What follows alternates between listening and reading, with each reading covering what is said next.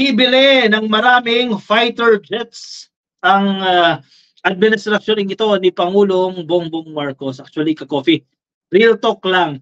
Napabayaan ang pag-modernize sa ating sagdatahang lakas. Doon nagsimula din naman yan. Panahon ni Pinoy nagkaroon yan, naging mabagal lang.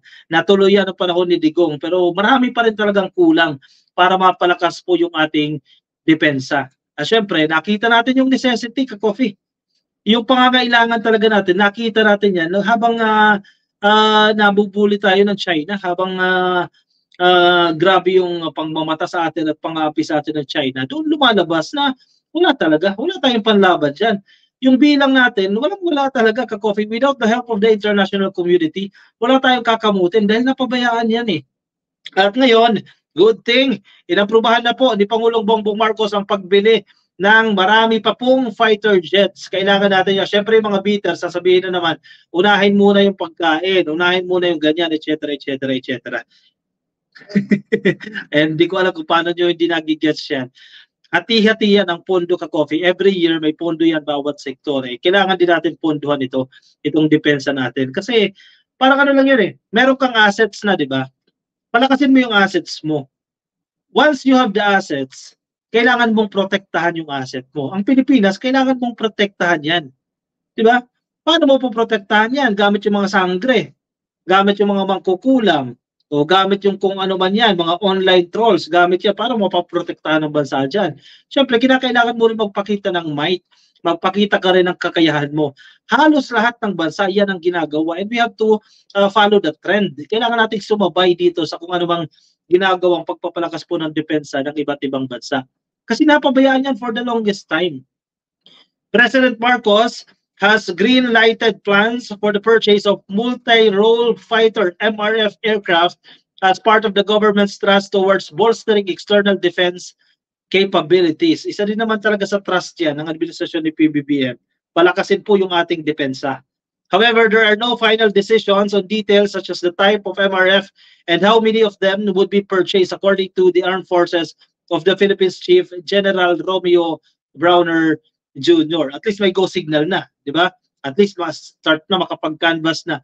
Last time nakarating ako dyan sa Croatia, kung may nakikinig sa atin mula dyan sa Croatia. Kasi dyan namimili ng mga namimili ng mga kagamitang pandigma dyan sa Croatia. Merong exhibit dyan, nakalimutan ko yung exhibit na yan. Napuntahan namin dyan sa Croatia, may isang exhibit dyan na doon pwede kang mamili ng mga kagamitang pandigma, mga pang-depensa, pang-defense capabilities, pang-increase ng defense capabilities ng isang bansa. Diyan ginawa, na-attenda natin yan, diyan sa Croatia. Hindi natin alam kung saan bibili, saan kukunin pa itong mga to. There is still no final decision on what MRFs we are going to buy, but definitely the President has already approved the intention to buy MRFs.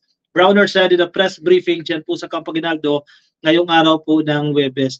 Importante, committed, di ba? Importante, committed yung bansa natin na kailangan talaga natin i-modernize ang ating defense capabilities kasi napabayaan tayo dyan. Hindi pwedeng hanggang sangre na lang tayo, di ba?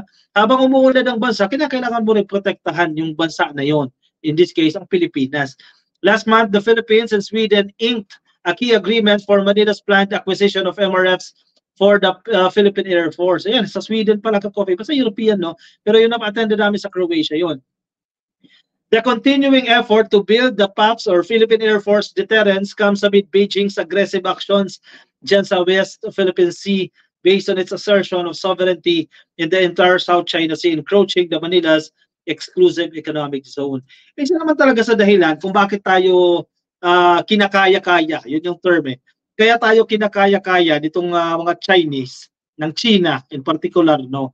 Wala naman tayong kalaban-laban. Nasa isip nila, maliit na bansa lang yan Walang kalaban-laban sa atin yan Diba? Hindi tayo kaya yan. Kahit pasukin natin yan, walang pambato sa atin yan Ganyan tayo, kinakaya-kaya na tayo.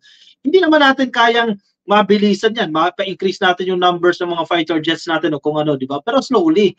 At least nag-i-invest din tayo dito. Kasi hindi lang naman yan para sa panahon ni PBBM. Actually, matagal yung proseso ng acquisition yan. Baka tapos na nga yung termino ni PBBM Yung iba, hindi pa dumarating na supply, no? Para sa future din yan. Hindi lang yan para kay PBBM. Para sa Pilipinas yan in general. Yun yan nagiging joke di ba? Meron tayong Philippine Air Force, pero may mga air fighters tayo, pero wala silang dinadrive na jets or kung ano man, di ba? So at least maparami ang ka-coffee, yung ating assets. Ngayong araw ng Lunes po, Philippine Air Force simulated the retaking of an enemy-occupied military base in the country using all its main air assets, held up the upgraded airstrip funded by the United States under the Enhanced Defense Cooperation Agreement at Basa Air Base, home of the Air Force fighter planes. Kulang pa rin talaga tayo ka-coffee, kaya dependent tayo sa ibang bansa eh. Hindi mo naman talaga pwede basta-basta itapo ng Amerika. Kailangan pa rin talaga natin ang Amerika. Real talk yan eh. Hindi natin basta-basta tayong kumalas sa Amerika. Kasi maraming kagamitang pandigma, dependent tayo dyan sa Amerika. In the first place, may EDCA naman, di ba? May Enhanced Defense Cooperation tayo dyan. May agreement tayo with the US. Philippine Air Force currently uses a dozen of South Korean-built light combat aircraft. Biruin mo ha, isang dosen na lang, 12 lang yan ka-coffee. FA-50s, after it retired its remaining fighters in 2005. Biruin mo, ang tagal na panahon na ka-coffee, hindi na nasundan yan. We saw the capability of our FA-50s jet fighters, but they are still not enough to protect our country. So we need to get more of these jet fighters and multi-role fighters, sabi po ni Browner. Ngayon tama yan eh. Di ba yung iba, nung panahon, last year lang, ang dami nag-request ng confidential funds. Yung hindi naman dapat mag-request ng confidential funds, nagsipag-request. Shoutout sa DepEd, shoutout sa Office of the Vice President. O yung na-request nila yan ng mga confidential funds, gamitin na lang yan ka-coffee, pambili. O sige, pandagdag natin yan, pambili ng mga fighter jets. Yung malaking bagay din yan ka-coffee, no? Ang pinupunto ko dito, yung pondo, ilagay doon talaga sa pangangailangan natin. Huwag natin ilagay doon sa mga hindi mo naman talaga kailangan. Tulad ng confidential funds, malaking decision yan eh. Actually, breakthrough yung naging decision yan nung previous hearings, no? Nung previous budget season, noong 2023, yung budget for 2024 na pinag-usapan yan. Na napag nagkasundo ang Kongreso dyan, na yung mga civilian agencies na hindi mo naman talaga kailangan ng intelligence fund, hindi mo kailangan ng confidential funds, huwag silang bigyan. Ilagay yan doon sa mga law enforcement agencies na talagang kailangan. O ito, halimbawa, sige, improve natin yung defense capabilities natin. O yung mga pondo na naalis dyan sa civilian agencies na halimbawa confidential funds ng DepEd, o hindi na naman yan naalat dyan eh. O hindi ilagay dyan, i-transfer yan dyan, ka-coffee. Diba? Matter of ano lang yan eh, budgeting eh. Kasi ang prinsipyo natin sa pagbabudget, kapag humingi ka ng budget at humingi ka ng dagdag dyan, ibig sabihin may mababawasan ng budget. Gets nyo, ka-coffee? Halimbawa ako, may budget ako 10. Sa tingin ko, kulang yung 10 na yan. Request ako ng 15. Ibig sabihin, nadagdagan ako ng 5. So yung 5 na yan, huhugutin mo yan sa budget ng ibang agency. Baka naman kasi yung isang ahensya, sobra-sobra siya lang nire-request na hindi niya naman nagagamit. Ang baba ng utilization rate niya. Di yun na lang yun, di ba? Para hindi tayo uumutang.